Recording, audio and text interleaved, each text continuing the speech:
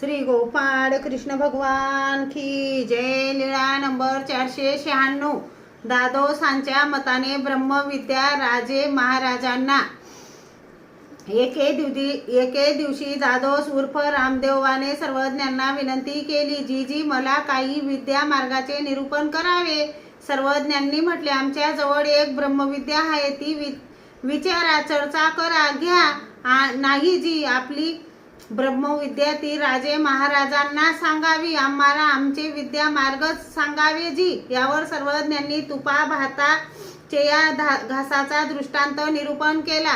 कोणी एकू माता असे, ते हाती तुपा भाताची वाटी घेऊनी लेकूर वासी घासू सुये, ते तोंड ऐसे पडवी, मग ते म्हणे, आले असेल आलिया पालिया, पोट भरोनी म्हणोनी खाली वाटी ठेवी, तैसे विद्या मार्ग नावेची आले पाले असती, तेथ ब्रह्मविद्या ते रिंगो लागिल।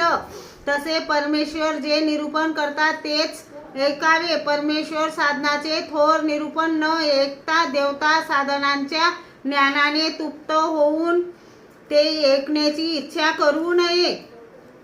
मग रामदेवाने विनंती केली, जी सर्वज्ञ परमेश्वर जो जे मागतो ते त्याला देतात, तर आम्हाला हेच सांगावे जी। यावर सर्वज्ञांनी विद्या मार्ग निरूपण केला। यावर भट्टोबासांनी विचारले, जी जीवाला विद्या कशा प्रकारे देतात? सर्वज्ञांनी म्हटले, साक्षात्कारे देती का अधिकरणद्वारे देती? जी परमेश्वर विद्या कशी स्वीकारतात? सर्वज्ञांनी म्हटले, परमेश्वरू स्वयं विद्या स्वीकारिती, असे द्वारावतीकार श्री चांगदेव राऊळ।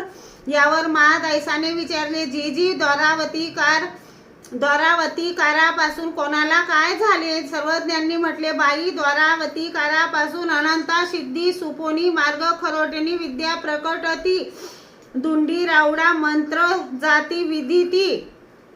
जी खराट्याने विद्या कशा होता? सर्वज्ञांनी म्हटले, बाई इंद्रिये दारकू शक्ती संचारू। श्री गोपाळ कृष्ण भगवान की जय।